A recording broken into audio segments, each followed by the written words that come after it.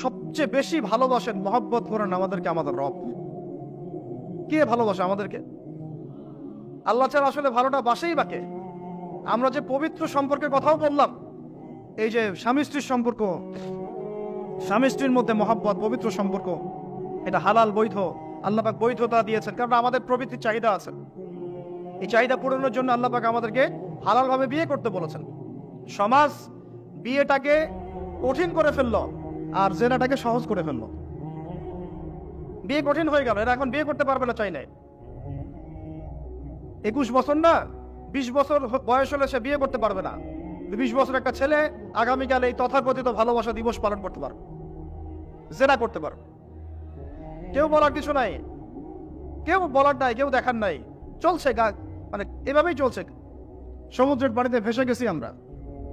একটা মেয়ের বয়স 17 বছর, সে কালকে জেনা করবে। অগণিত মেয়ে কালকে 17 বছরের মেয়ে জেনা করতে পারে, আল্লাহ হেফাজত করুন। কিন্তু এ এখন বিয়ে করতে পারবে না। বিয়ে করতে গেলে সমস্যা। তাহলে চিন্তা করেন, পয়সার এক পিঠ যদি আপনি দেখান, অপর পিঠ দেখতে হবে। এক পিঠে যদি এই সমস্যা হয়, অপর পিঠে কি পড়তে সেটা দেখতে হবে, আমাকে বুঝতে হবে। বিয়ে কঠিন হয়ে গেল, জেনা সহজ হয়ে গেল। আবার বাসায় ধরেন একটা পুরুষের সামর্থ্য আছে, চাহিদাও বেশি, সামর্থ্য আছে অনেক, চাহিদাও বেশি। সমাজে বিধবা মেয়ে পড়ে আছে, তালাকপ্রাপ্ত মেয়ে পড়ে আছে, এতিম মেয়ে পড়ে আছে, বিয়ে করার মানুষ নাই। এখন সমাজে যদি কোনো সৎ পুরুষ একাধিক বিয়ে করে, তাকে সমাজে বাঁকা চোখে দেখা হবে। কিন্তু এই পুরুষে যদি বিয়ে না করে বাইরে আরো 10টা মেয়ের সাথে অকাম কুকাম করে, তাকে কিচ্ছু বলা হবে না। বলেছি আমি, কোরআন একদিকে, সুন্নত একদিকে, ইসলাম একদিকে, সমাজ, এই সমাজের তাকদির খারাপ। এভাবেই নবী সাল্লাল্লাহু আলাইহি ওয়াসাল্লাম পেরেশান ছিলেন কিভাবে সমাজের মানুষকে ফেরানো যায়। আজকে আমরাও পেরেশান। আল্লাহ পাক সবার আগে আমাকে ইসলাহ দান করেন, আমার পরিবারকে দান করেন, আমাদের প্রত্যেক দিনই ভাই বোনকে দান করেন এবং ইস্তেকামাত দান করেন। আল্লাহুম্মা সাব্বিতনা ওয়াজআলনা হাদিয়ান ওয়া মাহদিয়া, আমিন ইয়া রাব্বাল আলামিন। তো এখন কথা হচ্ছে, এগুলো চলছে আমাদের চোখের সামনেই। কিন্তু দেখেন প্রিয় ভাইয়েরা, আল্লাহ পাক শাস্তি বলেছেন 100 বেত্রাঘাত। কেউ যদি আবার বিবাহিত হয়ে এই কাজ করে, জেনা করে, তাহলে তার শাস্তি কি বলেছেন? বলা হয়েছে কোমর পর্যন্ত মাটিতে পুঁতে ফেলে তাকে পাথর নিক্ষেপ করে হত্যা করতে হবে। এটা কোরআন এবং হাদিসের শাস্তি। আর আমরা কি করছি দেখেন। আমি 2টা হাদিস বলি আপনাদেরকে, শোনেন, একটা শোনেন। এই 2টা হাদিস আজকে ভুলবেন না। আলোচনা অনেক লম্বা হচ্ছে তো অনেক কিছু ভুলে যেতে পারে, এই 2টা হাদিস ভুলেন না। একটা হচ্ছে 3 জন ব্যক্তি একবার একটা গুহায় আটকা পড়ছে। 3 জন বন্ধু বা ভাই তার একটা গুহার মধ্যে আটকা পড়ে গেছে। ঝড় হচ্ছে, গুহার মুখটা বন্ধ হয়ে গেছে পাথর দিয়ে, বের হওয়ার কোনো জায়গা নাই। এখানে নিশ্চিত মৃত্যু, কোনো সুযোগই নাই বাঁচার। তারা অনেক চেষ্টা করে বের হতে পারলো না। শেষমেশ তারা বলছে যে আমাদের যদি কোনো নেক আমল থাকে, সে নেক আমলের ওসিলা করে আল্লাহর কাছে দোয়া করি, আল্লাহ চাইলে আজকে আমাদেরকে বাঁচাতে পারেন। একজন বলছে, আল্লাহ, আমার মা ছিল, পিতামাতা ছিল, তো মাকে আমি দুধ পান না করি আমার সন্তানদেরকে কখনো খাওয়াতাম না। একদিন গিয়ে দেখি যে মা ঘুমিয়ে গেছে, আমার বাচ্চারা কান্নাকাটি করছে, তবু আমি আমার বাচ্চাকে কান্না অবস্থায় রেখেছি, মাকে খাওয়াই নাই, ওদেরকে খাওয়াই নাই। আগে মাকে খাওয়াইছে, তারপর ওদেরকে খাওয়াইছে। আজকে ঘরে ঘরে মাদের সাথে কি আচরণ দেখেন, কি একটা অবস্থা দেখেন, সমাজে কি প্রজন্ম তৈরি করেছেন। মারা এখন বৃদ্ধাশ্রমে চলে যাচ্ছে। শিক্ষিত মা, তাই না? মায়ের পায়ের নিচে আপনার জান্নাত। আর এটাও একটা ব্যাপার, যে মায়েরা আবার হাজরা আলাইহিস সালামের মতো হবেন না, যে মায়েরা সারা আলাইহিস সালামের মতো হবেন না, আয়েশা খাদিজা রাদিয়াল্লাহু আনহুমা তাদের মতো হবেন না, তো আপনাদের গর্ভ থেকে তো এর চেয়ে ভালো সন্তান আশা করা যায় না। সমস্যা সব দিকে আছে না? তো ও এই দোয়া করার সাথে সাথে একটু সরে গেল, আল্লাহর পক্ষ থেকে এই পাথরটা একটু সরে গেল, সুবহানাল্লাহ। কিন্তু বের হওয়ার জন্য এনাফ না। এরপরে আরেকজন দোয়া করছে যে আল্লাহ, আমার একজন কর্মচারী ছিল, টাকা পাইতো আমার কাছে কিছু, তো সে একদিন বেতন না নিয়ে চলে গেছে। টাকাটা দিয়ে আমি কিছু পশু কিনেছি, মানে গবাদি পশু। এই গবাদি পশু 2টা থেকে 4টা, 4টা থেকে 8টা হতে হতে অনেকগুলো হয়েছে। একদিন অনেক দিন পর সে আসছে, এসে বলছে আমার টাকা দাও। সে বলছে যে এই সবগুলো পশু তোমার, নিয়ে যাও। তুমি কি ইয়ারকি ফাজলামি করতেছো আমার সাথে? আমার টাকা আমাকে দাও। না, ইয়ারকি ফাজলামি করতেছি না। এটা তোমার টাকা দিয়ে কেনা ছিল, সবগুলো বংশবৃদ্ধি হতে হতে আজকে এই অবস্থা হচ্ছে। আল্লাহ তোমার সন্তুষ্টির জন্য যদি এই কাজ করে থাকি, আল্লাহ আজকে আমাকে এই বিপদ থেকে বাঁচাও। পাহাড়ের মুখ থেকে পাথরটা একটু সরে গেল, বের হওয়ার জন্য যথেষ্ট না। তৃতীয় ব্যক্তি, আমি এটাই বলতে যাচ্ছিলাম, ইয়াংরা শোনেন ভালো করে। তৃতীয় ব্যক্তি সেজদায় পড়ে আল্লাহকে বলছে, হাত তুলে আল্লাহকে বলছে, আল্লাহ আমার একজন খুব সুন্দরী চাচাতো বোন ছিল, কাজিন, আমি তাকে পাইতে চাইতাম। বুঝেন না, পাইতে চাইতাম মানে কি? তাকে পেতে চাইতাম, অফার করতাম, সে রাজি হয় না হয় না হয় না। একদিন সে বলল যে 100 স্বর্ণমুদ্রা দিতে পারলে আমি রাজি, 100 স্বর্ণমুদ্রা দিতে পারলে আমি রাজি। এখন তো এদেরকে স্বর্ণমুদ্রাও দেওয়া লাগে না, এমনিই রাজি নাকি? জেনা করার জন্য কি এমনিই রাজি? তাহলে একটু আসলে সত্যি কথা বলতে কি, একটা মেয়ে যদি চায় যে আমি আমার ইজ্জত ধরে রাখবো, কোনো ছেলের ক্ষমতা নাই সেই ইজ্জত নষ্ট করে। এটাই সত্য কথা। আমার স্ত্রী এই কথাটা খুব জোরালো ভাবে আমাকে বলে, আমি যখন রাস্তায় হাঁটবো, আমি যদি চাই তাহলে কোনো মেয়ে, কোনো ছেলে আমার কাছে ঘেঁষতে পারবে না, আমি সুযোগ দিলে তখন ঘেঁষতে পারবে। একটা মেয়ে যদি চায় যে একটা ছেলে আমার সাথে ইটিস পিটিস করুক, সে ছেলে করবেই করবে।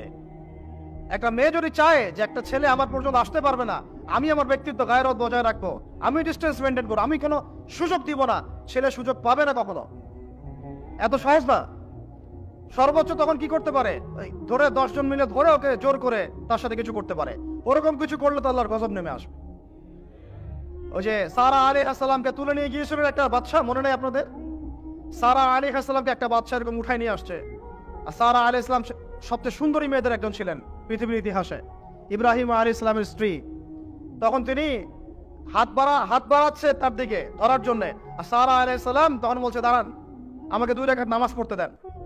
2 রাকাত নামাজ পড়ে তিনি আল্লাহর কাছে হাত তুলে বলে, আল্লাহ তুমি জানো আমি আমার সতীত্ব, আমার ইজ্জত, আমার সম্মান আমার স্বামী ছাড়া আর কারোর সামনে কখনো প্রদর্শন করি নাই। আজকে জালেমের হাত থেকে আল্লাহ তুমি আমাকে বাঁচাও। ওইদিকে ইব্রাহিম আলাইহিস সালাম নামাজে দাঁড়িয়ে গেছেন।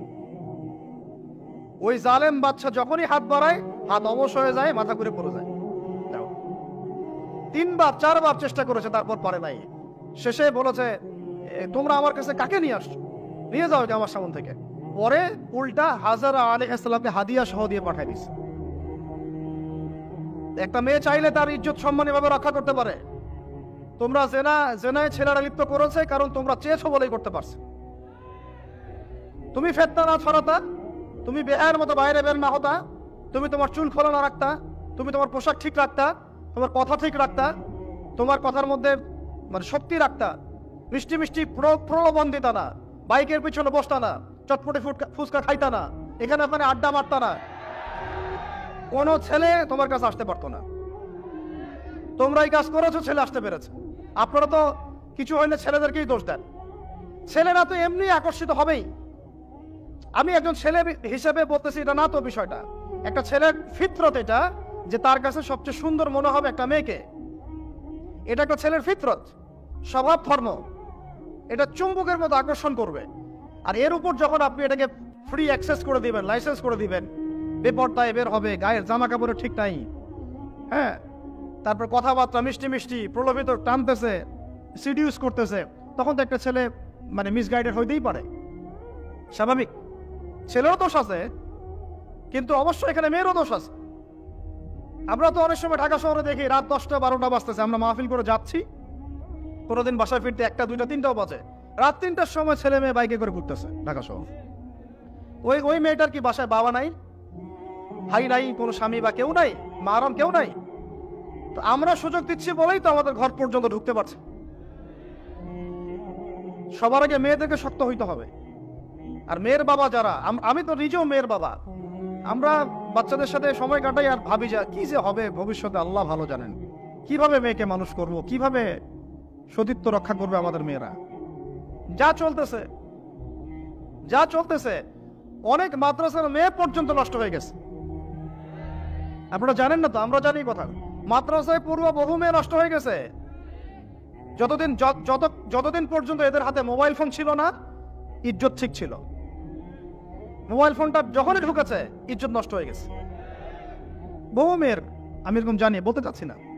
যাই হোক, ওই জায়গায় আসেন, ওই ছেলেটা তখন 100 স্বর্ণমুদ্রা অর্জন করেছে, কষ্ট করে আর্ন করেছে, যে আপনাদেরকে বলে যে নিজের পায়ে দাঁড়াও, তারপরে তোমার সাথে রাজি। সে অনেক কষ্ট করে 100 স্বর্ণমুদ্রা অর্জন করে মেয়ের কাছে গিয়েছে, চাচাতো বোনকে বলেছে যে স্বর্ণমুদ্রা নাও, এখন বলো তুমি রাজি না রাজি না। সে মেয়ে বলছে হ্যাঁ ঠিক আছে। তো এখন দুজনের মধ্যে যা হওয়ার তাই হচ্ছে, অ্যাডাল্ট আপনারা সবাই বুঝেন। কিন্তু এখন মূল যে কাজটা, স্বামী স্ত্রীর যে মূল মিলন, এই মিলনটা করার জন্যে সেই ছেলেটা বসছে। হাদিসের মধ্যে আসছে এভাবে, দুই পায়ের মাঝখানে বসে পড়ছে ছেলেটা, এখনই জাস্ট শুরু করবে। তখন ওই মেয়েটা বলে উঠছে যে হে আল্লাহর বান্দা, আল্লাহকে ভয় করো, আমি আমার সতীত্ব কখনো নষ্ট করি নাই, তুমি আল্লাহকে ভয় করো। এই কথাটা যখনই বলছে তখন ওই ছেলের মনের মধ্যে এমনভাবে একটা রিয়াকশন জন্ম নিয়েছে, আল্লাহর পক্ষ থেকে এমন একটা নূর আর হেদায়েত চলে আসছে, ওই অবস্থা থেকে ছেলেটা উঠে চলে গেছে এবং স্বর্ণমুদ্রাও দিয়ে দিচ্ছে, যে স্বর্ণমুদ্রাও আমার দরকার নেই, যা। এবার সেই গুহার মধ্যে বন্দী অবস্থায় আল্লাহর কাছে হাত তুলে দোয়া করতেছে, আল্লাহ তুমি যদি জানো ওই কাজটা আমি তোমার সন্তুষ্টির জন্য করেছিলাম, আজকে আমাকে এই সাক্ষাৎ এই মওতের হাত থেকে বাঁচাও। সাথে সাথে এই পাহাড় পাথর সরে গেছে। এই হাদিসটা আমি এই কারণে বললাম, যদি আপনি আমি জেনা থেকে বেঁচে থাকতে পারি, ইনশাআল্লাহ তাআলা আল্লাহ পাক সাক্ষাৎ মৃত্যুর মতো এই আযাব থেকেও, বিপদ থেকেও আল্লাহ বাঁচাতে পারেন। এটা একটা হাদিস, সবাই মনে রাখবেন। দ্বিতীয় একটা বলি, এটা আমাদের সব বিবাহিতদের জন্য। আজকে তো বিবাহিতরাও অভাব নাই। আর আমি আশ্চর্য হয়ে যাই যে বিবাহিত একটা ছেলে, বিবাহিত একটা পুরুষ তার স্ত্রীকে এভাবে বেহায়ার মতো কিভাবে সবার সামনে শো করতে পারে। বিয়ে আপনি করলেন, মোহর আপনি দিলেন, সম্পদ আপনার, তার সতীত্ব আপনার, তার সম্ভ্রম আপনার, আপনি নিজে কেন ওকে এভাবে সবার সামনে উত্থাপন করতেছেন? টিকিট আপনি কাটলেন, সিনেমা সবাই দেখবে, ব্যাপারটা এরকম। কি অবস্থা! আবার কোন কোন ঘরে দেখা যায় স্বামীরা কন্ট্রোল করতে চাচ্ছে, কিন্তু মেয়ে বা স্ত্রী কন্ট্রোলে থাকতে চায় না। স্বামীকে বলে তুমি বেশি হুজুর হয়ে গেছো, বেশি বেশি হুজুর হয়ে গেছো। এই যুগে এগুলো চলে, এটা আধুনিকতার মডার্ন যুগ। এই করতে করতে আমাদের সমাজে পরকীয়া ছড়ায় পড়ছে। এখন এই পরকীয়া বলতে কি আদেশটা কথা মাথায় আসছিল, আল্লাহ নবী সাল্লাল্লাহু আলাইহি ওয়াসাল্লামের একজন সাহাবী, মহিলা সাহাবী। কি সাহাবী বলেন? এরকম ঘটনা দুই একটা ঘটেছে, আমি একটা বলতেছি খালি। মদিনা মহিলা সাহাবী কোনো একভাবে এরকম একটা অঘটন ঘটে গেছে। মানুষ তো হতে পারে, মানুষ তো পাপ করবে, তাই না? হতে পারে। এখন তিনি গর্ভবতী হয়ে গেছেন। নবী সাল্লাল্লাহু আলাইহি ওয়াসাল্লামের কাছে এসে বলছেন, ইয়া রাসূলুল্লাহ তাহহিরনি, আমাকে পবিত্র করেন, আমি অনেক বড় অন্যায় করে ফেলেছি। নবী সাল্লাল্লাহু আলাইহি ওয়াসাল্লাম মুখ ঘুরিয়ে নেন, মুখ ঘুরিয়ে নিয়ে বলেন যে বাসায় যাও, তওবা করো, আল্লাহ মাফ করে দিবে। নবীজি শুনতে চাচ্ছেন না, কারণ শুনলে কোর্টে মামলা আসলে তো বিচার করতে হবে। তিনি বলছেন যে বাসায় যাও, বাসায় যা মাফ, আল্লাহর কাছে ইস্তেগফার করো, আল্লাহ মাফ করে দিবেন। আবার এদিক দিয়ে ঘুরে আস, ইয়া রাসূলুল্লাহ আমাকে পবিত্র করেন, আমি অন্যায় করে ফেলেছি। এভাবে কয়েক দফার পরে নবীজি বলছেন, তুমি কি অন্যায় করেছো? এমন কোন কাজ কি তুমি করেছো? সুরমা দানিতে সুরমা নেয়ার সময় আমরা যেভাবে নেই, এরকম কোন কাজকে তুমি করেছো? মানে উনি শব্দটা উচ্চারণ করলেন না মুখ দিয়ে, একটা এক্সাম্পল মিসাল দিয়ে বুঝালেন, তুমি কি এরকম কোনো কাজ করেছো? অ্যাডাল্ট্রি কোনো কাজ করেছো? তো তিনি বলছেন, হ্যাঁ আমি গর্ভবতী হয়েছি। নবী সাল্লাল্লাহু আলাইহি ওয়াসাল্লাম আমার বিচার করে দেন। তিনি বলছেন যে বাসায় যাও, আগে সন্তান জন্ম দাও, তারপরে দেখা যাবে। সন্তান জন্ম হলো, সেই মহিলা আবার এসেছেন, সাহাবী, ইয়া রাসূলুল্লাহ আমার বিচার করে দেন। বলছেন সন্তান জন্ম হয়েছে, হ্যাঁ, এখন সন্তান কি করে? দুধ পান করাও, 2 বছর দুধ পান করাও, তারপরে বিচার করে দেব। 2 বছর দুধ পান করা শেষ, সন্তান এখন শক্ত খাবার খেতে পারে, কোলে করে সন্তানকে নিয়ে আসছেন। নবী সাল্লাল্লাহু আলাইহি ওয়াসাল্লামকে বলছেন যে ইয়া রাসূলুল্লাহ, এই যে আমার বাচ্চা দেখেন খেতে পারে, এখন একে আমার বিচার করে দেন। দেখেন তাদের পরকালের কনসেপ্টটা কেমন ছিল, তাদের পরকালের চেতনা কেমন ছিল। এবার নবী সাল্লাল্লাহু আলাইহি ওয়াসাল্লাম বলেন, তোমাদের মধ্যে কে আছো এই বাচ্চার দায়িত্ব নিতে পারো? একজন আনসারী সাহাবী বলছেন আমি।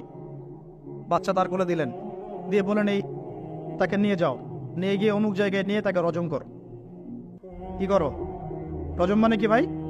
কোমর পর্যন্ত মাটিতে গেঁথে দিয়ে পাথর নিক্ষেপ করে, এই রজম করতে গিয়ে তার গা থেকে রক্ত ফিনকি বের হয়ে কোন একজন সাহাবীর, সম্ভবত খালিদ ইবনে ওয়ালিদ রাদিয়াল্লাহু আনহুর জুব্বার মধ্যে গিয়ে লেগেছে। তো তিনি কিছুটা তাচ্ছিল্যের স্বরে একটা বাক্য প্রয়োগ করেছেন, যে ছি এটা কেমন হলো। হ্যাঁ, মানে মানে কিছু বলেন নাই, জাস্ট একটা রিয়াকশন দিয়েছেন যে এত। নবী সাল্লাল্লাহু আলাইহি ওয়াসাল্লাম এই কথাটাই বলতে চাচ্ছি আমি। তিনি বলেছেন, হে খালিদ, তুমি থামো, তুমি তাকে এভাবে ইয়ে করো না, আন্ডারস্টিমেট করো না। এই নারী এই অপরাধ করার পরে যে পরিমাণ ইস্তেগফার করেছে আল্লাহর কাছে, তওবা করেছে, তওবা যদি মদিনাবাসীর মধ্যে ভাগ করে দেওয়া হয় তাও কম হবে। এই ঘটনা একটা ঘটেছে, আরেকজন সাহাবীর সাথে ওই ঘটনা ঘটেছে, পুরুষ সাহাবী। নবীজি বলেছে, তোমরা তাকে তাচ্ছিল্য করো না, কারণ আমি দেখছি সে এখন জান্নাতে সাঁতার কাটতেছে। আর আমরা এই যে পরকিয়া, দেখেন পরকিয়া করলে, পরকিয়ার মাধ্যমে কেউ যদি ব্যভিচার করে ফেলে, নাউযুবিল্লাহ আউযুবিল্লাহ, তাহলে এই পৃথিবীতে বাঁচার অধিকারটা সে হারায় ফেলে। পৃথিবীতে কি হয়? বাঁচার অধিকারটা সে হারায় ফেলে। ঠিক কেউ যদি সমকামিতা করে, এই পৃথিবীতে বাঁচার অধিকারটা সে হারায় ফেলে। নবীজি স্ট্রেট বলেছেন, ফাকতুলুল ফাইলা ওয়াল মাফউলা বিহি, যে করবে যার সাথে করা হবে দুটাকেই হত্যা করে ফেলো। কেউ যদি ধর্ষণ করে, বাঁচার অধিকারটা হারায় ফেলে। কিছু পাপ আছে যেগুলো করলে তওবা ইস্তেগফার করা যায়, আল্লাহ হয়তো মাফও করে দিবেন, কিন্তু পৃথিবীতে বাঁচার অধিকারটা মানুষ হারায় ফেলে। এইটাকে আমরা এইভাবে প্রমোট করতেছি এখন। কে কে এগুলো নিয়ে মানে ফিকির করে এখন? মনে করে যেটা তো আধুনিকতা। অনেকে ওয়াইফ, একটা শব্দ আছে ওয়াইফ সুইপিং, একজনের ওয়াইফকে আরেকজনকে দিবে, ওর ওয়াইফকে সে নিবে, রাত কাটাবে। নাউযুবিল্লাহ। এটা পশ্চিমা সভ্যতা থেকে আসতেছে, জানেন? চোখ কান খোলা রাখেন, আমরা নিজেরা অনেক বক ধার্মিক সাজার চেষ্টা করতেছি, কিন্তু সমাজটা নষ্ট হয়ে যাচ্ছে। এটাকে সংস্কার করার দায়িত্ব আমাদের। এর উপরে তো আবার বাণিজ্য আছে, মানে এটা তো বাণিজ্যিক একটা প্ল্যাটফর্ম হয়ে গেল। যত বেশি পারো বাণিজ্য করো। এটা উপলক্ষে অমুক ছাড়, এইটা উপলক্ষে তমুক, এইটা উপলক্ষে অমুক নাটক, এটা উপলক্ষে অমুক গান, এই উপলক্ষে অমুক সিরিয়াল, এই উপলক্ষে অমুক টেলিফিল্ম। এই যে বাণিজ্য, এগুলো কিন্তু কর্পোরেট জগতে যারা থাকে, এই কর্পোরেট সেকশনে মানুষের একটা বাণিজ্য, একটা দিবসকে উৎসব কেন্দ্র করে বিশাল একটা বাণিজ্য করে আপনার ঈমান আমল কোথায় যায়? যা কোর পকেটে টাকা আসলেই হইল। আল্লাহ রাব্বুল আলামিন আমাদের সবাইকে এই চলমান জাহেলিয়াতগুলোর বাস্তবতা বোঝার তৌফিক দান করুন।